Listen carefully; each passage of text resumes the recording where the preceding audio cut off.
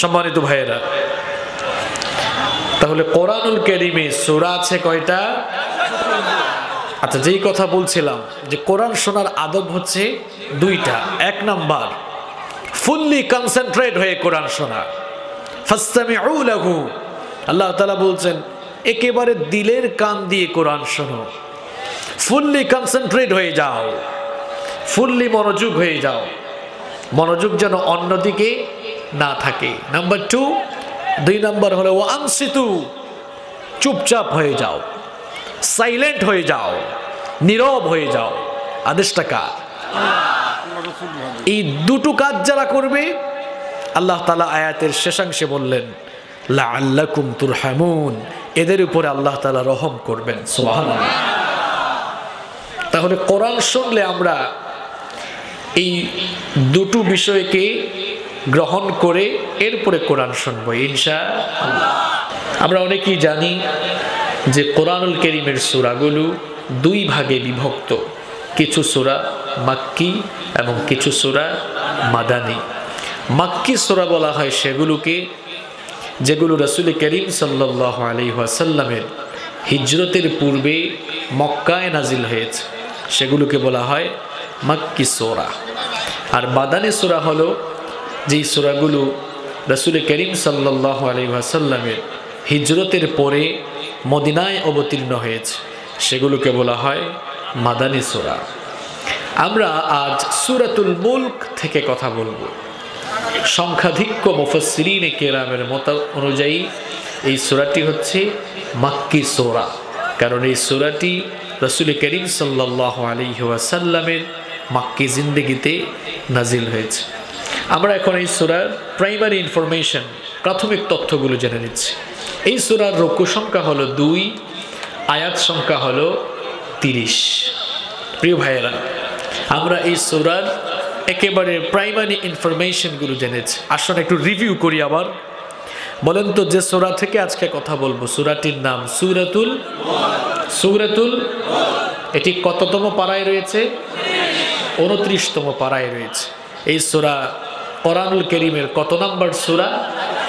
মাশাআল্লাহ, 67 নাম্বার সূরা। এই সূরা মাক্কি নাকি মাদানী? রুকু সংখ্যা, আয়াত সংখ্যা, মাশাআল্লাহ। তাহলে যে সূরা থেকে আমরা আজকে আলোচনা করছি এই সূরার প্রাথমিক তথ্যগুলো আপনারা জেনে ফেলেছেন, আলহামদুলিল্লাহ। এবার আসেন, এই সূরাটির নাম হলো সূরাতুল মুলক। মুলক এই শব্দটি আরবি নাকি বাংলা? এটি অ্যারাবিক একটি ওয়ার্ড, আরবি একটি শব্দ, তাই না? এর বাংলা অর্থ কি? এর বাংলা অর্থ হলো রাজত্ব, ক্ষমতা। যদি ইংরেজিতে আমরা বলি সভরেনিটি, পাওয়ার, অথরিটি, তাই না? ক্ষমতা, পাওয়ার মানে কি? ক্ষমতা, অথরিটি, কর্তৃত্ব, রাজত্ব। সভরেনিটি মানে কি? সার্বভৌমত্ব, যিনি সকল ক্ষমতার মালিক। আমার অনেক বন্ধুরা আছেন, তারা কোরআন আর ক্ষমতা মানে রাজনীতিকে আলাদা করতে চায়, অথচ আল্লাহ তাআলা ক্ষমতার নামে কোরআনে একটি সূরা দিয়েছেন। আমি কি ভুল বলেছি? মুলক মানে তো পাওয়ার, মুলক মানে ক্ষমতা, মুলক মানে কিংডম, মুলক মানে অথরিটি, মুলক মানে সভরেনিটি। তাহলে যেখানে কোরআনুল কারীমে ক্ষমতার নামে একটি সূরা আছে, কোরআনুল কারীমে ক্ষমতার নামে সূরা থাকা সত্ত্বেও যারা বলবে রাজনীতি আর ইসলাম কিংবা রাজনীতি আর কোরআন আলাদা, বুঝতে হবে এই মানুষগুলোর মাথার মধ্যে শয়তান প্রস্রাব করে দিয়েছে। নইলে এমন আজে বাজে কথা তার মুখ থেকে বের হওয়ার কথা ছিল। কোরআনুল কারীমকে বলা হয় it's the complete code of life. এটি হচ্ছে মানুষের জীবনের পূর্ণাঙ্গ একটি জীবন বিধান, জীবন ব্যবস্থা। তো সেখান থেকে যদি আপনি জীবনের কোনো একটি বিষয়কে বাদ দিয়ে ফেলেন, তাহলে সেটা পূর্ণাঙ্গ থাকলো না অপূর্ণাঙ্গ হয়ে গেল? অপূর্ণাঙ্গ হয়ে গেল। তাহলে এখন থেকে কেউ যদি আপনাদের সামনে বলে কোরআন আর রাজনীতি আলাদা, আপনারা তাদের সাথে একমত হবেন? একমত হবেন? কেন হবেন না? কারণ এই কোরআনে সব দিয়েছেন কে? আল্লাহ। এটা আমার কথা নয়, আল্লাহ তাআলা নিজে বলেছেন, মা ফাররাতনা ফিল কিতাবি মিন শাই, তোমাদের জন্য আমি এমন এক কিতাব নাজিল করেছি, এই কিতাবে আমি কোনো কিছু বাদ দেই নাই। সুবহানাল্লাহ। সব এই কিতাবের ভেতরে ঢুকিয়ে দিয়েছেন কে? আপনার কোরআন ভালো লাগে না, কোরআন অনুযায়ী আপনি হয়তো রাজনীতি করেন না, আপনি করিয়েন না। আমরা এতে করে আপনাকে কোনো কথা বলবো, কিন্তু কোরআনে একটি বিষয় থাকা সত্ত্বেও আপনি অস্বীকার করবেন, এই দেশের তাওহীদি জনতা চুপ করে বসে থাকবে না। আপনার ভালো না লাগলে আপনি আপনার মতো থাকেন, কারণ মরার পরে সব ফয়সালা করবেন কে? মরার পরে মানুষের ফয়সালা হয় কিসের ভিত্তিতে? আমলের ভিত্তিতে। কিসের ভিত্তিতে? তা আপনি যদি বদামল করে যান, আপনার কপালে ঠাডা পড়বে, এতে আমার কি? কিন্তু আপনি সরাসরি আল্লাহর কোরআনের বিরুদ্ধে, ইসলামের বিরুদ্ধে দাঁড়ালে এদেশের ইসলামওয়ালা, কোরআনওয়ালা, তাওহীদি জনতা চুপ করে বসে থাকবে না। আমরা আজকে যে সূরা থেকে কথা বলছি, সূরাটির নাম কি? মুলক। তাহলে মুলক মানে ক্ষমতা, মুলক মানে রাজত্ব, মুলক মানে কিংডম, মুলক মানে সভরেনিটি, মুলক মানে হলো অথরিটি, মুলক মানে হলো পাওয়ার। এই সূরার মধ্যে যার মুলুকিয়ত, যার রাজত্ব আর যার ক্ষমতা নিয়ে আলোচনা হয়েছে, মনে হয় জো বাইডেনের ক্ষমতা নিয়ে আলোচনা হয়েছে, তাই না? কি মনে করেন আপনারা? এই সূরায় জো বাইডেনের ক্ষমতা নিয়ে আলোচনা হয়েছে? Who is Joe Biden? চিনেন আপনারা? হ্যাঁ, president of United State of America, আমেরিকার নবনির্বাচিত প্রেসিডেন্ট, তাই না? এই সূরায় কোনো মানুষের ক্ষমতা নিয়ে আলোচনা হয় নাই। এই সূরায় বিশ্বজাহানের সকল ক্ষমতার মালিক যিনি, তার ক্ষমতা নিয়ে আলোচনা হয়েছে। সুবহানাল্লাহ পড়েন। আসলে এই সূরা সম্পর্কে আলোচনার আগে আমরা এই সূরার কিছু ফজিলত জেনে নেই। আমরা আলোচনার শুরুতে সূরার প্রাথমিক তথ্য জেনেছি, সূরার যে নাম আছে নামের অর্থও জানলাম। এবার আমরা এই সূরার ফজিলতটা কেমন একটু ফজিলত জানি। এই সূরাটি এত বেশি ফজিলতপূর্ণ, এই সূরা সম্পর্কে রাসূল করিম সাল্লাল্লাহু আলাইহি ওয়াসাল্লাম বলেছেন, এই সূরাটি যারা প্রত্যেক রাতে তেলাওয়াত করবে, আল-মানিআতু মিন আযাবিল কবর, এই সূরাটি তার জন্য কবরের আযাব থেকে পরিত্রাণকারী হয়ে যাবে। সুবহানাল্লাহ। ফজিলত কম না বেশি? এই সূরাটি এত বেশি ফজিলতপূর্ণ। عن عبد الله ابن مسعود رضي الله عنه قال, আব্দুল্লাহ ইবনে মাসউদ রাদিয়াল্লাহু আনহু বলেছেন, আল্লাহর নবী বলেছেন, মান ক্বারাআ তাবারাকাল্লাযী বিয়াদিহিল মুলক কুল্লা লাইলাতিন মানাআহু আল্লাহু বিহা মিন আযাবিল কবর। আল্লাহর নবী বলেছেন, আল্লাহর যেই বান্দা কিংবা আল্লাহর যেই বান্দী প্রত্যেক রাতে ঘুমাবার আগে সূরাতুল মুলক তেলাওয়াত করে ঘুমায়, ওই লোকটা মারা যাওয়ার পর আল্লাহ তাআলা সূরাতুল মুলকের উপরে আমল করার কারণে তাকে কবরের শাস্তি থেকে বাঁচিয়ে দেবে। তাহলে প্রত্যেক রাতে যদি আমরা সূরা মুলক পড়ে ঘুমিয়ে যাই, মারা যাওয়ার পর কবরের শাস্তি থেকে আমাদেরকে বাঁচিয়ে দিবেন কে? শুধু তাই নয়, এই সূরাটি এত দামি সূরা, এই সূরাটি এত বরকতময় সূরা, এই সূরাটি এত ফজিলতের সূরা। আল্লাহর নবী বলেছেন, এই সূরাটি যারা রাতের বেলা ঘুমানোর আগে তেলাওয়াত করবে, খাসামাতান সাহিবিহা, কিয়ামতের দিন সূরাতুল মুলক, সূরাতুল মুলক তার তেলাওয়াতকারীর পক্ষে দাঁড়িয়ে আল্লাহর সঙ্গে ঝগড়া করবে ততক্ষণ, হাত্তা আদখালতাহুল জান্নাহ, আল্লাহ ওই লোকটাকে মাফ করে দিয়ে জান্নাতের ভেতরে ঢুকাবে না যতক্ষণ। চিন্তা করেছেন কি দামি সূরা? আপনি সূরাতুল মুলকের নিয়মিত তেলাওয়াতকারী হয়ে যান, প্রত্যেক রাতে ঘুমানোর আগে এই সূরাটি তেলাওয়াত করেন। কিয়ামতের দিন এই সূরা আপনার সামনে দাঁড়িয়ে আল্লাহর সঙ্গে ঝগড়া করবে ততক্ষণ, আল্লাহ আপনাকে মাফ করে দিয়ে জান্নাতের ভেতরে ঢুকাবে না যতক্ষণ। সুবহানাল্লাহ। তাহলে সূরাটির দাম কম না বেশি? আবু দাউদ এবং তিরমিজি শরীফের হাদিসে আল্লাহর নবী আরো বললেন, ইন্না সূরাতাম মিনাল কুরআনি 30 আয়াত, আল্লাহর কোরআনের ভেতরে 30 আয়াত বিশিষ্ট একটি সূরা রয়েছে।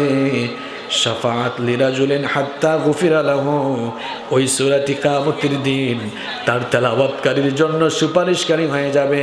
আর সূরাটির নাম হলো সূরাতুল মুলক। সুবহানাল্লাহ। এই সূরাটিকে আল্লাহর নবী এত গুরুত্ব দিয়ে আমল করতেন। বিশ্বনবী সাল্লাল্লাহু আলাইহি ওয়াসাল্লাম প্রত্যেক রাতে ঘুমাবার আগে সূরাতুল মুলক তেলাওয়াত করতেন। আর তিনি মনে মনে কামনা করতেন তার উম্মতের প্রত্যেকটি লোক যেন সূরাতুল মুলক তেলাওয়াত করে। তিনি মনে মনে কামনা করতেন তার উম্মতের প্রত্যেকটি লোকের অন্তরের ভেতরে যেন সূরাতুল মুলক তারা গেঁথে নেয়। তিরমিজি শরীফের হাদিসে আল্লাহর নবী বললেন, তিরমিজি শরীফের হাদিসে এসেছে, আন্নান নাবিয়্যা সাল্লাল্লাহু আলাইহি ওয়াসাল্লাম কানা লা ইয়ানামু হাত্তা ইয়াকরা আলিফ লাম মিম তানজিল ওয়া তাবারাকাল্লাযী বিয়াদিহিল মুলক। বিশ্বনবী সাল্লাল্লাহু আলাইহি ওয়াসাল্লামের আমল ছিল রাতের বেলা সূরাতুল মুলক তেলাওয়াত না করে তিনি ঘুমাতেন না। যেখানে আমার নবীর আমল ছিল যে তিনি সূরাতুল মুলক তেলাওয়াত না করে ঘুমাতেন না, তাহলে আমাদের অভ্যাসও এমন হওয়া উচিত যে আমরা সূরাতুল মুলক তেলাওয়াত না করে আমরাও ঘুমাবো। তাহলে আমার নবীর আমল হলো যে সূরাতুল মুলক তেলাওয়াত না করে তিনি ঘুমাতে যেতেন না। আমার ভাইয়েরা, আমার বাবারা, আমার ভাইয়েরা, আমার মায়েরা, বোনেরা যারা আজকের মাহফিলে এসেছেন, আজকের মাহফিল থেকে সূরার ফজিলত সংক্রান্ত যে হাদিসগুলো আমরা শুনলাম, তাহলে আমরা কি এই সিদ্ধান্ত নিতে পারি আমরাও এখন থেকে ঘুমানোর আগে সূরাতুল মুলক তেলাওয়াত না করে ঘুমাবো? কারা কারা রাজি না হাত তুলেন। সবাই রাজি আছেন তো? আজ থেকে, আজ থেকে আমরা যতদিন বেঁচে থাকব, যদি কোনো গুরুত্বপূর্ণ কাজ না থাকে, আমরা ফ্রি থাকলেই ঘুমানোর আগে সূরা মুলক পড়ে ঘুমাবো। কারা কারা রাজি হাত তুলে আল্লাহকে দেখান তো। মাশাআল্লাহ, হাতগুলো নামান, আল্লাহ কবুল করেন। আল্লাহ আপনাদের হাতগুলো কবুল করেন। এই আমলটি করবেন তো ইনশাআল্লাহ? আচ্ছা, দুইটি আমল আমরা আজকে শিখব। একটা বলে ফেললাম, একটি কি, রাতে ঘুমাবার আগে আমরা সূরাতুল মুলক তেলাওয়াত করে ঘুমাবো। নাম্বার 2, দুই নাম্বার হলো যে সূরাতুল মুলক আমরা মুখস্থ করার চেষ্টা করি ইনশাআল্লাহ। নীরব থাকলে রহমত যে আল্লাহ নাজিল করবেন সেটা তো আল্লাহর নবী বলেছেন, যে যেখানেই কোরআনের আলোচনা শুরু হয়ে যাবে খাফাতহুমুল মালাইকা, সেখানেই গিয়ে রহমতের ফেরেশতারা পাহারা দেওয়া শুরু করবে। সুবহানাল্লাহ। ওয়া গাশিয়াতহুমুর রাহমা, সেখানেই আল্লাহ তার রহমতের চাদরটা বিছিয়ে দিবেন। এখানেই শেষ নয়, নাযালাত আলাইহিমুস সাকিনা, যতক্ষণ না আলোচনা বন্ধ হয় ততক্ষণ পর্যন্ত সাকিনা নামক রহমতের বাড়িধারা নাজিল হতেই থাকবে। সুবহানাল্লাহ।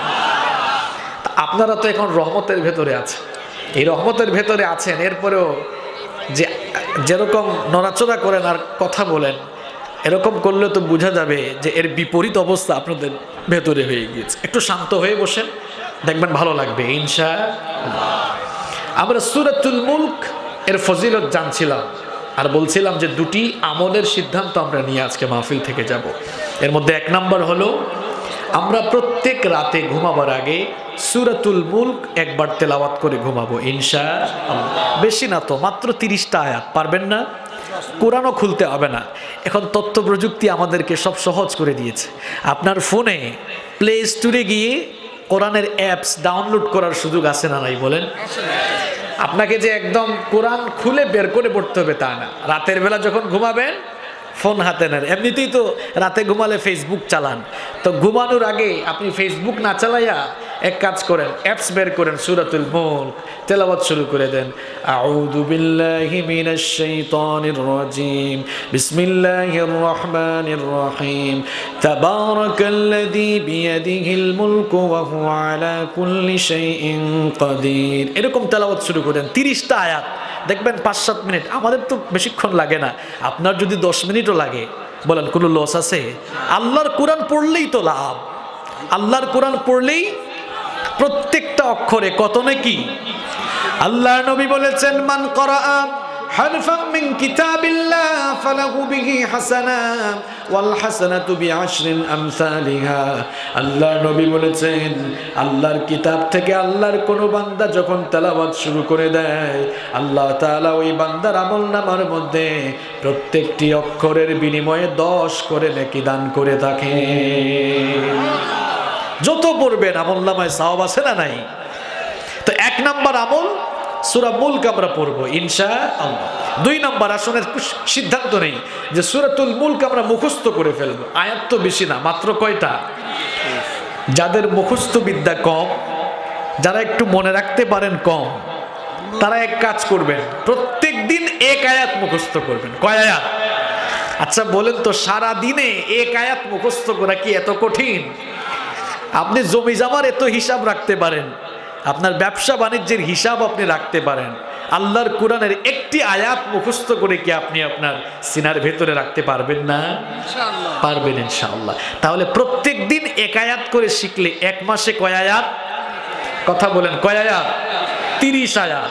তো সূরা মুলকের ভেতরে আয়াতই আছে মাত্র 30, তাহলে 30 দিনে সূরা মুলক মুখস্থ হয়ে গেল। যাদের মুখস্থ বিদ্যা আরেকটু ভালো, প্রত্যেক দিন আপনারা 2 আয়াত করে শিখেন। কয় আয়াত করে? 2 আয়াত করে শিখলে কয় দিন লাগবে? 15 দিন। যাদের মুখস্থ বিদ্যা এর চাইতে কম, এর চাইতে আরো ভালো, 3 আয়াত করে শিখেন। কয় দিন লাগবে? 3 দশে পারবেন তো ইনশাআল্লাহ। বেশি বেশি কোরআন মুখস্থ করে সিনার ভেতরে রাখলে এই সিনার মধ্যে কোনো নাপাকি ঢুকবে। যত বেশি কোরআন হৃদয়ে থাকবে তত বেশি আপনার হৃদয়, আপনার অন্তর আলোকিত করে দিবেন কে? এজন্য আমরা বেশি বেশি কোরআন মুখস্থ করবো। আল্লাহ আমাদেরকে তৌফিক দান করেন। সম্মানিত ভাইয়েরা, আমরা এবার এই সূরার তাফসীর শুরু করার আগে এতক্ষণ যা যা হলো, আমি যা যা আপনাদের সামনে বলেছি এর একটা রিভিউ, সংক্ষিপ্ত একটা রিভিউ দিই। দেখুন, আমরা প্রথমে এই সূরার প্রাইমারি ইনফরমেশন দিয়েছি। এই সূরাটি কত নম্বর সূরা? 67 নম্বর সূরা। কততম পারায় আছে? 29তম পারায়। মাক্কি না মাদানী? মাক্কি। রুকু সংখ্যা 2, আয়াত সংখ্যা 30। এরপরে ফজিলত জেনেছি, 2টা আমলের সিদ্ধান্তও নিয়েছি। আল্লাহ যেন কবুল করে। এবার চলুন আর কথা না বাড়িয়ে সরাসরি আমরা এই সূরার তাফসীরে ঢুকে যাই। রব্বুল আলামিন সূরাটি শুরু করলেন এভাবে, পড়েন আমার সাথে, তাবারাকাল্লাযী বিয়াদিহিল মুলকু ওয়া হুয়া আলা কুল্লি শাইইন কাদির। সকল দোষ ত্রুটি, দুর্বলতা এবং অক্ষমতা থেকে মুক্ত বরকতময় সেই সুমহান সত্তা যার হাতে রয়েছে সকল ক্ষমতা, তিনি সকল বিষয়ের উপরে চূড়ান্ত ক্ষমতাবান। সূরাতুল মুলক এই সূরার কেন্দ্রীয় আলোচ্য বিষয় কিংবা সেন্ট্রাল থিম, অথবা আরবিতে যদি আমরা বলি মাওদুউস সূরা, এই সূরার মূল আলোচ্য বিষয় কি? মূলত এই সূরার মূল আলোচ্য বিষয় হলো, যারা স্রষ্টায় বিশ্বাস করে না, এই সূরার ভেতরে তাদের জন্য মেডিসিন রয়েছে। কারণ এই সূরার মধ্যে আল্লাহ তাআলা তার নিজের পরিচয় তুলে ধরেছেন। সুবহানাল্লাহ।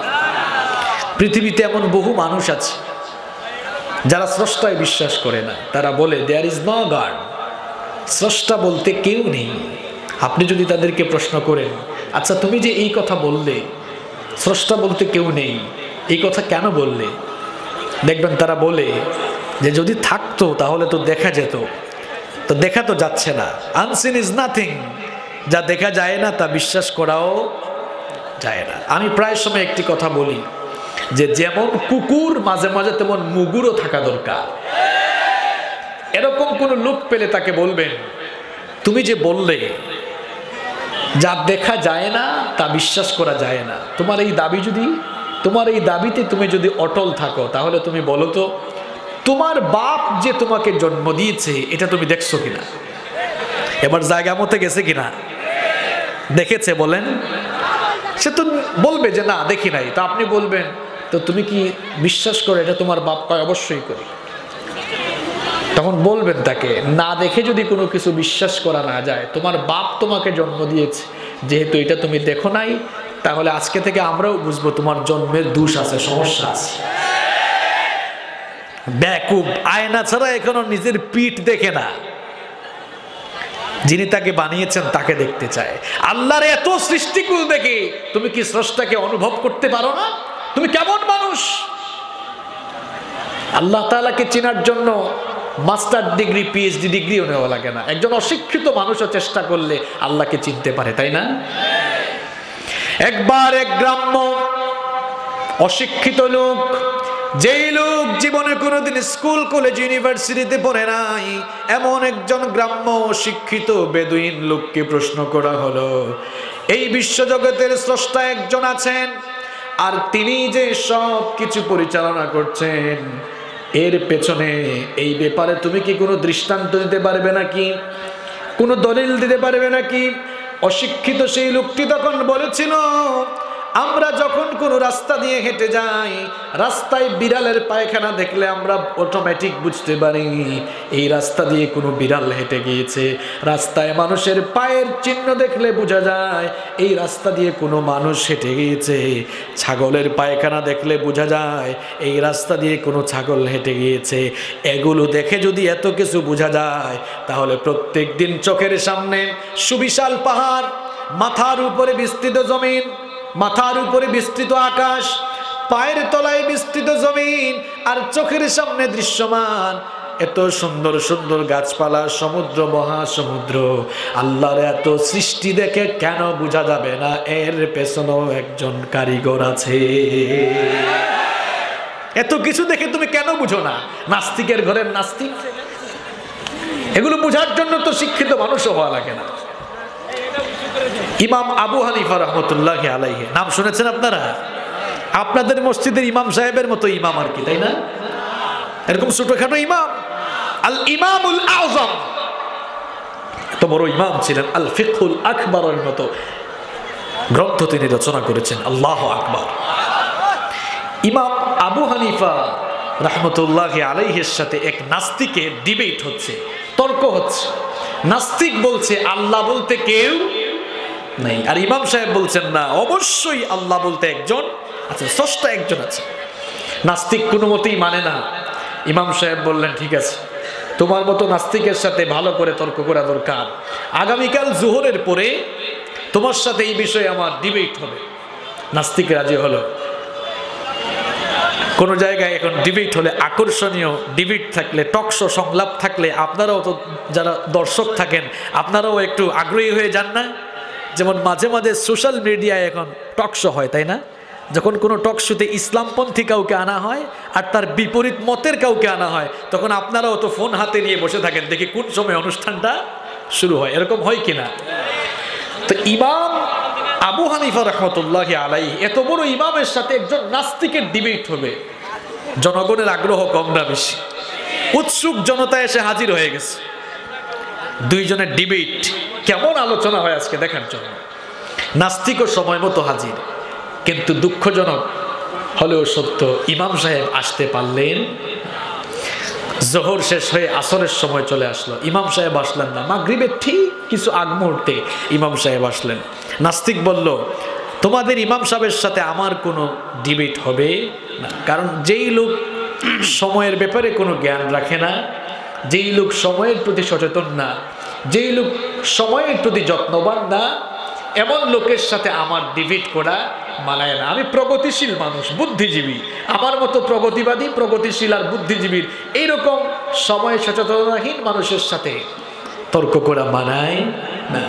ইমাম সাহেব বললেন, ঠিক আছে, তুমি আমার সাথে তর্ক করিও না, কিন্তু কেন আমি দেরি করলাম এর কারণটা তো তোমার জানা উচিত, এরপরে তুমি চলে যাও, আমার কোনো অসুবিধা নেই। তো নাস্তিক বলল, ঠিক আছে, বলেন কি কারণে দেরি করে আসলেন? ইমাম সাহেব বললেন যে, দেখো, আমি আসার পথে মাঝখানে আমার সামনে একটা নদী পড়ে গিয়েছিল। এখন এই নদী পাস হওয়ার জন্য একটা নৌকা ছিল না, মাঝিও ছিল না।